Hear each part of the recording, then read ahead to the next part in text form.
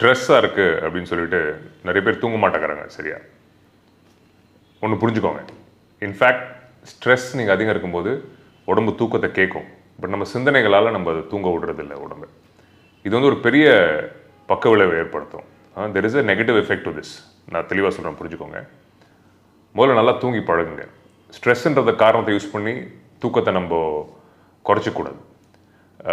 முக்கால்வாசி நேரம் தேவையில்லாத சிந்தனைகளால் தான் தூக்கம் இல்லாமல் போகுது. ஆக்சுவலாக அந்த ஸ்ட்ரெஸ்னால கிடையாது. நீங்கள் உட்காந்து யோசிச்சு பார்த்தீங்கன்னா ஸ்ட்ரெஸ்னால மேபி ஓரளவுக்கு இருக்குமே தவிர அதை பற்றி ஓவராக திங்க் பண்ணுறதுனால தான் தூக்கம் இல்லாமல் போகுது. நல்லா தூங்குனீங்கன்னா நேச்சுரலாக உங்கள் சிந்தனைகளும் சரி, உங்கள் உடம்பும் சரி, அந்த ஸ்ட்ரெஸ்ஸை கையாளுறதுக்கான உள்ளுக்குள்ளேயே மெக்கானிசம்ஸ் இருக்குது. Your brain is there, so many other processes happen உள்ள. அது எல்லாத்தையுமே வந்து உங்களை நிதானமாக உங்கள் ஸ்ட்ரெஸ்லேருந்து வெளியே வரதுக்கான விஷயங்கள் பண்ண வைக்கும்.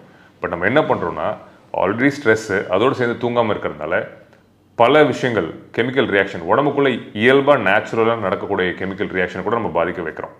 பாதிக்க வைக்கிறதுனால பல சைடு எஃபெக்ட்ஸ், உங்கள் மூளைக்காக இருக்கட்டும், உங்கள் ஹார்ட்டுக்காக இருக்கட்டும், உங்கள் லிவர், உங்கள் கிட்னி, உடலில் இருக்கிற முக்கால்வாசி உறுப்புகளுக்கு அது நல்லது கிடையாது.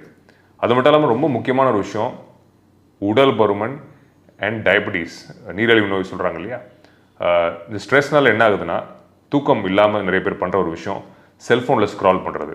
இந்த ஸ்ட்ரெஸ்ஸை மறக்கிறதுக்கோ இல்லைனா ஏதாவது டிஸ்ட்ராக்ட் பண்ணிக்கிறதுக்கு, அவங்க ஸ்ட்ரெஸ்ஸை நோக்கி அவங்க வாழ்க்கையை எதிர்கொள்ளாமல் இருக்கிறதுக்கு இந்த அதிகமாக ஸ்க்ரீன் டைமில் இருக்கிறதுனால ஃபோன் யூஸ் பண்ணுறதோ, வீடியோஸ் பார்க்குறதோ, வாட் எவர் அதிகமாக பண்ணுறதுனால நான் சொல்கிறேன். அளவாக பண்ணால் ஓகே.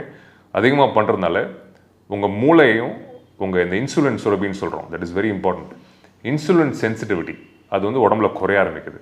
குறைய ஆரம்பித்தோடனே உங்கள் மூளையோட ரெஸ்பான்ஸ் கண்ணாமின்னான்னு சாப்பிட்றதுக்கு உங்களுக்கு ஒரு ரெஸ்பான்ஸ் கொடுக்க ஆரம்பிக்குது.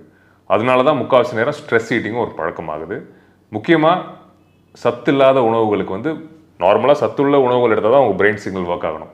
பட் சத்தில்லாத உணவுகள், ஜங்க் ஃபுட், சுகர் எஸ்பெஷலி, கண்ணாமின்னான்னு சாப்பிட்றது, இது எல்லாத்துக்கும் மூளை சிக்னல் கொடுக்க ஆரம்பிச்சு ஒரு பீரியட் ஆஃப் டைம் நீங்கள் டயபெட்டிஸ், நீரிழிவு நோய்க்கும் ப்ளஸ் ஹார்ட் டிசீஸ்க்கும் உள்ளாகிறீங்க.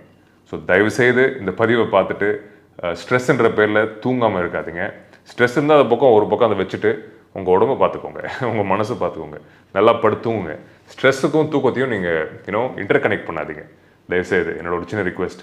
ஸ்ட்ரெஸ் இருந்தாலும் பரவாயில்ல, உங்களுக்கு தோன்ற 7-8 மணி நேரம் தோணா கூட பரவாயில்ல, நல்லா படுத்துங்க. Okay, hope this make sense. இதனால் இது ரொம்ப பெரிய விஷயம், நான் ரொம்ப கேஷுவலாக சொல்லிட்டேன் இந்த பதிவில். பட் இதை நீங்கள் பண்ணி பாருங்கள். நீங்கள் எவ்வளோ ஸ்ட்ரெஸ் இருந்தாலும் தூக்கத்தை மட்டும் கைவிடாமல் நீங்கள் பண்ணி பாருங்கள், செல்ஃபோனை ஒதுக்கி வச்சுட்டு. முக்கியமாக கண்டிப்பாக ஒரு மாதத்தில் உங்கள் லைஃப் மாறுறது நீங்கள் பார்ப்பீங்க, உங்கள் ஹெல்த் மாறுறது நீங்கள் பார்ப்பீங்க.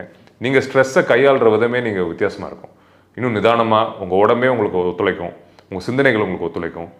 லைஃப்பை நீங்கள் க்ரூஸ் பண்ணுறதுக்கு இது உதவியாக இருக்கும். இந்த விஷயம் பண்ணாமல் தான் நிறைய பேர், கிட்டத்தட்ட 75% மக்கள் இன்றைக்கி பெரிய ஒரு டிசாஸ்டர் நோக்கி போயிட்டுருக்காங்க. ஸோ அதான் ஆய்வு சொல்லுச்சு. So I thought I'll break it down in this video. உங்களுக்கு புரிஞ்சிருக்குன்னு நம்புகிறேன்.